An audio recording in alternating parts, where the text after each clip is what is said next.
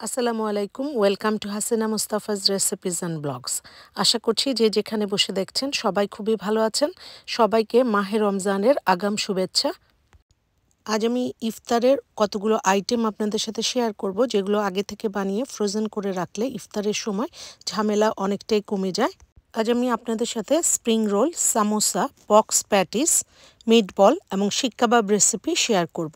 প্রথমে আমি spring roll, samosa এবং বক্স প্যাটিসের জন্য একটা স্টাফিং বানিয়ে নিব। সেজন্য একটা প্যানের মধ্যে আমি 2 টেবিল স্পুন তেল দিয়ে নিলাম। এর মধ্যে দিয়ে দিলাম 1 চা চামচ কালি জিরা, 1/4 চা চামচ পাঁচফোড়ন, অর্ধেকটি পেঁয়াজ কুচি।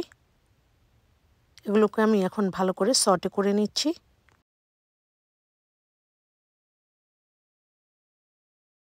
এখন দিয়ে দিচ্ছি কিউব করে কেটে রাখা একটা আলু,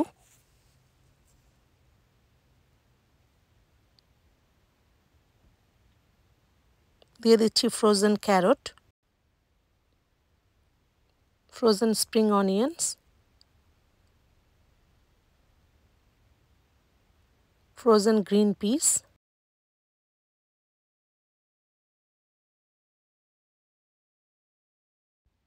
frozen green bell peppers, salt দিয়ে দিচ্ছি 1 টিস্পুন, রেড চিলি পাউডার দিয়ে দিচ্ছি 1/2 টিস্পুন, জিঞ্জার পাউডার 1/2 টিস্পুন,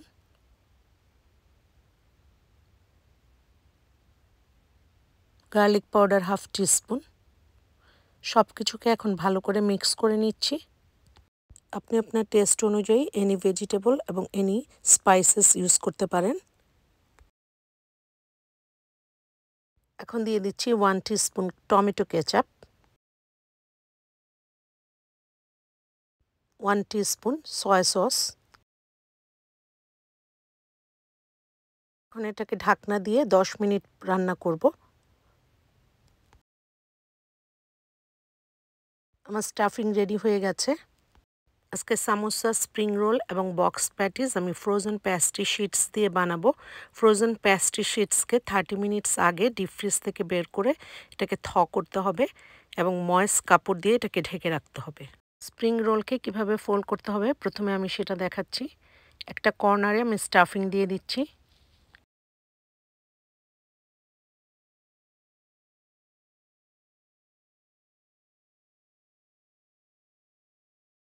তারপর এটাকে এভাবে আমি ফোল্ড করছি।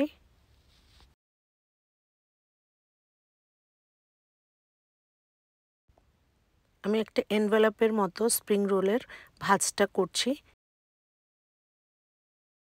2 টিস্পুন ময়দা এবং 2 টিস্পুন পানি দিয়ে আমি একটা স্লারি বানিয়ে নিয়েছি। এই স্লারি দিয়ে আমি স্প্রিং রোলের এজগুলোকে বন্ধ করে নিচ্ছি।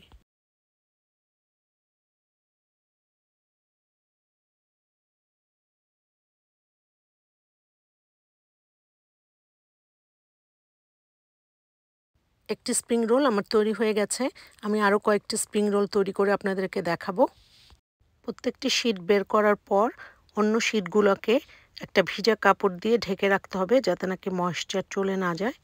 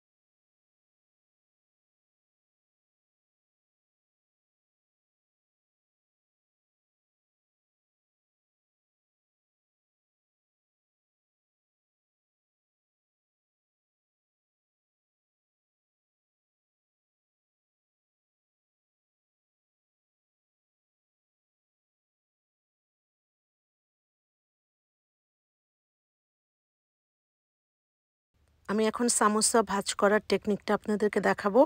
সামোসা বানানোর জন্য আমি স্কোয়ার প্যাস্ট্রি শিটটাকে 3টা সমান ভাগে ভাগ করে নিচ্ছি। স্কোয়ার প্যাস্ট্রি শিটটাকে আমি এখন 3 ভাগে কেটে নিচ্ছি। এখন প্রথম সামোসার ফোল্ডিংটা আমি দেখাচ্ছি।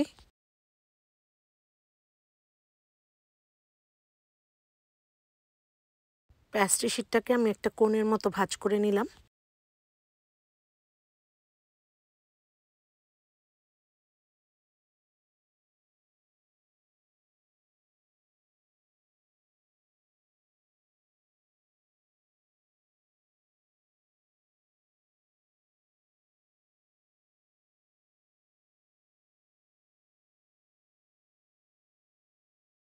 এখন এই কোণের মধ্যে আমি স্টাফিং দিয়ে দিচ্ছি।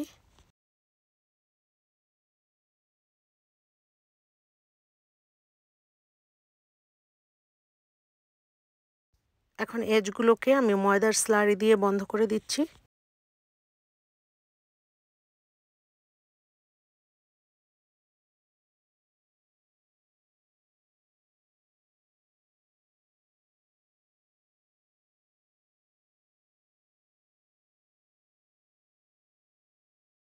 সামোসা বানানোর প্রথম মেথডটা আমি আপনাদেরকে দেখালাম।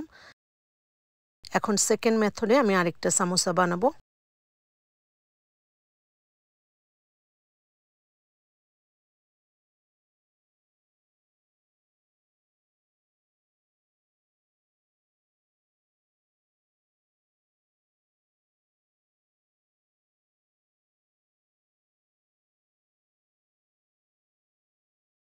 সামোসার কোণের ভেতরে আমি এখন স্টাফিং দিয়ে দিচ্ছি।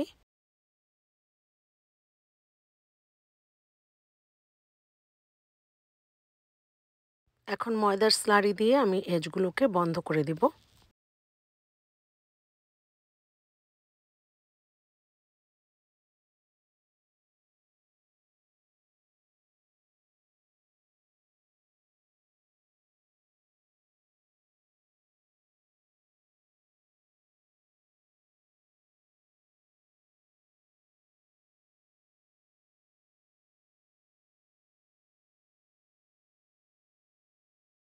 আমি আপনাদেরকে আরও কয়েকটি সামোসা বানিয়ে দেখাবো।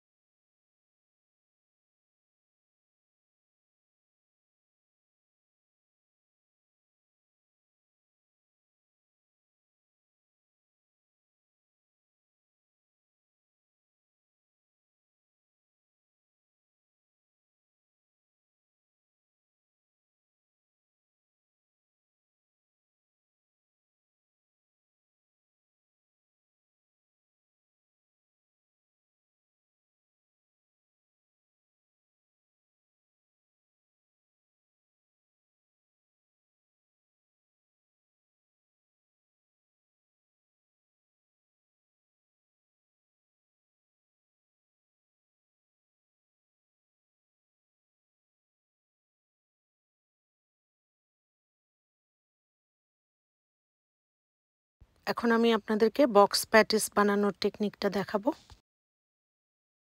একটি ভার্টিক্যাল শিটের মাঝখানটায় আমি ময়দার স্লারি দিয়ে নিয়েছি। এখন আরেকটি ভার্টিক্যাল শিটকে এখন এর উপর হরাইজন্টালি বসিয়ে দিয়েছি এভাবে। শিটগুলোর মিডলে এখন আমি স্টাফিং দিয়ে দিচ্ছি।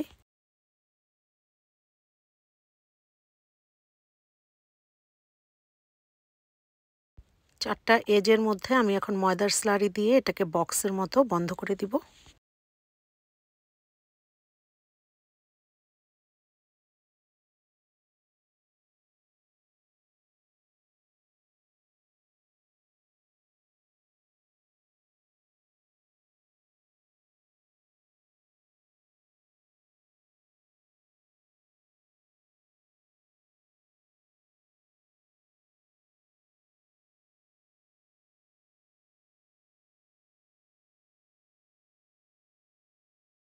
বক্স প্যাটিসগুলোকে আমি এখন এগ ওয়াশ দিয়ে নিচ্ছি। বক্স প্যাটিসগুলোকে এখন আমি ব্রেড ক্রামের উপরে গড়িয়ে নিব। বক্স প্যাটিসের অন্য সাইডেও আমি এগ ওয়াশ দিয়ে সেটাকে ব্রেড ক্রামে গড়িয়ে নিব। এই তো তৈরি হয়ে গেল স্প্রিং রোল, সামোসা এবং বক্স প্যাটিস। আমি এগুলোকে ফ্রোজেন করে রেখে দিব, প্রয়োজন অনুযায়ী ভেজে নিব। এখন আমি চিকেনের শিক কাবাব এবং চিকেনের কোফতা কাবাব বানাবো। চিকেনের শিক কাবাব বানানোর জন্য আমি 500 গ্রাম বোনলেস চিকেন ব্রেস্ট নিয়েছি। অনিয়ন নিয়েছি আমি একটি, 5-6টি কাঁচামরিচ এবং 1 বাঞ্চ ধনেপাতা নিয়েছি। ফুড প্রসেসরের মধ্যে আমি চিকেনের মাংসগুলোকে নিয়ে নিচ্ছি। এর মধ্যে দিয়ে দিচ্ছি পেঁয়াজ, কাঁচামরিচ এবং ধনেপাতা। গার্লিক পাউডার দিয়ে দিচ্ছি 2 teaspoon. Ginger powder 1 teaspoon. Garam masala powder 1 teaspoon.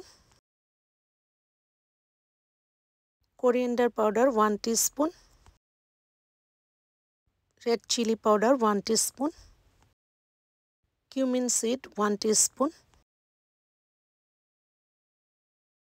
ময়দা দিয়ে দিচ্ছি 2 টিস্পুন। ময়দার পরিবর্তে আপনি বেসন অথবা কর্নফ্লাওয়ারও ইউজ করতে পারেন। সব ইনগ্রেডিয়েন্টসকে একসাথে এখন গ্রাইন্ড করে নিচ্ছি।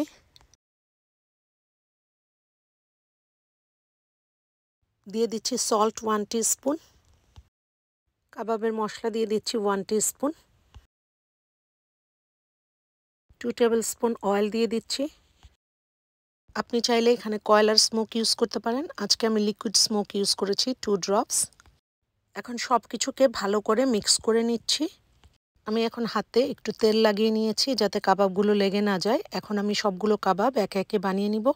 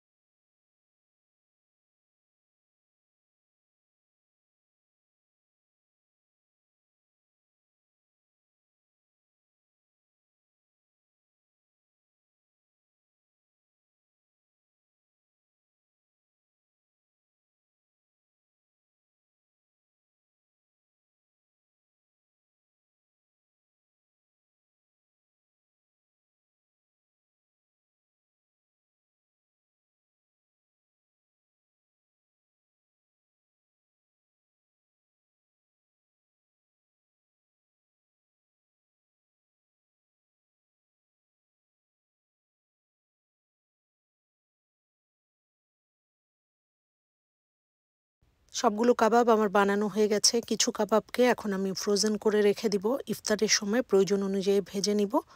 আর কয়েকটা কাবাব আমি আপনাদেরকে ভেজে দেখাবো।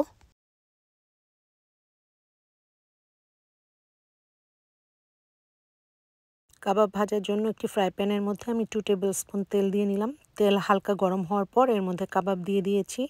কাবাবকে আমি গোল্ডেন ব্রাউন করে ইচ সাইডে ভেজে নিব। প্রায় 5 মিনিটসের মতো সময় লেগেছে।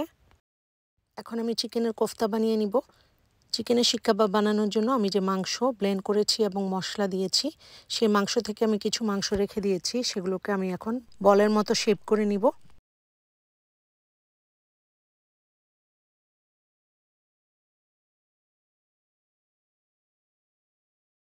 চিকেনের এই কোফতাগুলোকে আমি কিছু ফ্রোজেন করে রাখবো আর কয়েকটা আপনাদেরকে ভেজে দেখাবো।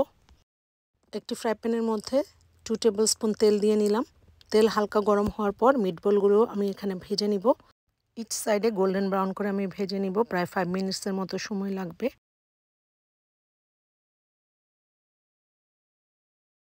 তৈরি হয়ে গেল spring roll, samosa, box patties, chicken শিক কাবাব এবং চিকেনের কোফতা কাবাব। এগুলোকে আমি কিছুক্ষণের জন্য ডিপ ফ্রিজে রেখে দিব। একটু শক্ত হয়ে গেলে আমি এগুলোকে জিপারে করে রেখে দিব। ইফতারের একটু আগে আমি এগুলোকে বের করে ভেজে নিব। এভাবে আগে থেকে বানিয়ে রেখে ফ্রোজেন করে নিলে ইফতারের সময় ঝামেলা অনেক কম হয় এবং সময়ও কম লাগে। ইবাদতের জন্য অনেক সময় পাওয়া যায়। সবাইকে মাহে রমজানের অনেক অনেক শুভেচ্ছা। Thanks for watching. Allah Hafiz.